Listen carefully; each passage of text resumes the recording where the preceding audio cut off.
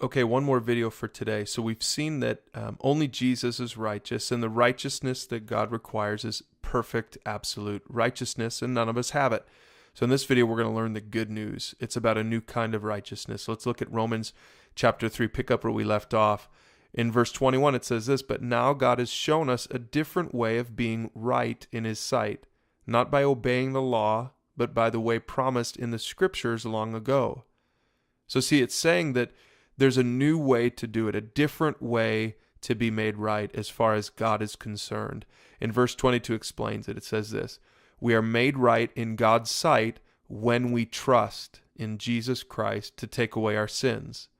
And we all can be saved in this same way, no matter who we are or what we have done."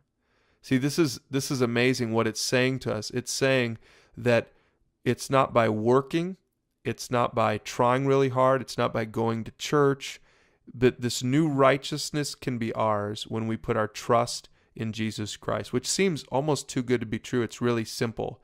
And so that's why I think Paul goes on and explains in chapter 4 that this is actually something that comes from even the Old Testament. It was promised long ago in the scriptures. He says in verse 3, what does scripture say? And he's quoting all the way back to Genesis chapter 15, the first book in the Bible.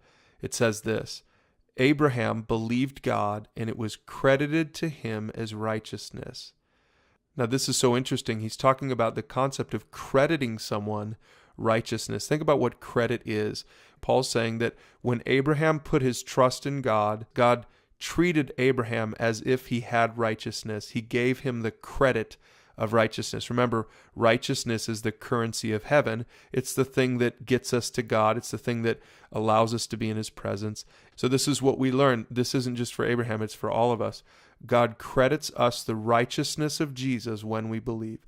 Remember, Jesus is righteous. He's fully righteous.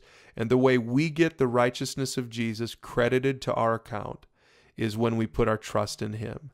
And here's a few things you need to know about it. First of all, it's not ours to brag about because we didn't earn it. So we don't run around saying, look at how good I am. I've earned my salvation. I've earned my way to God. Also, it's important to notice that it's a current reality in heaven. It's a done deal already there. In the court of heaven, God already considers that we have this righteousness. That's incredible. It's already done when you put your faith in Jesus. And the third thing is this, that it's a work in progress on earth. So even though it's a current reality in heaven, the righteousness of Jesus that is fully ours in heaven is only partially ours on earth in the sense that we're still not perfect here, right? Even though we're credited righteousness in God's eyes in heaven, and eternity is a promise of ours, we don't have to wonder if we're good enough for God. On earth, we're still not perfect.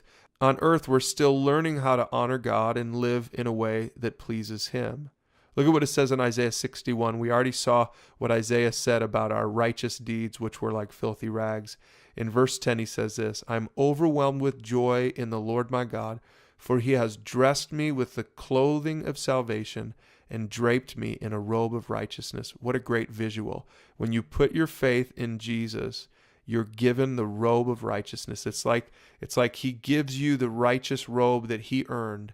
Jesus earned this robe and he puts it on you. What a great picture. Now, why don't you hit pause right now and talk about some of these questions in red and check out some of the extra videos for group discussion that you might be interested in for follow-up.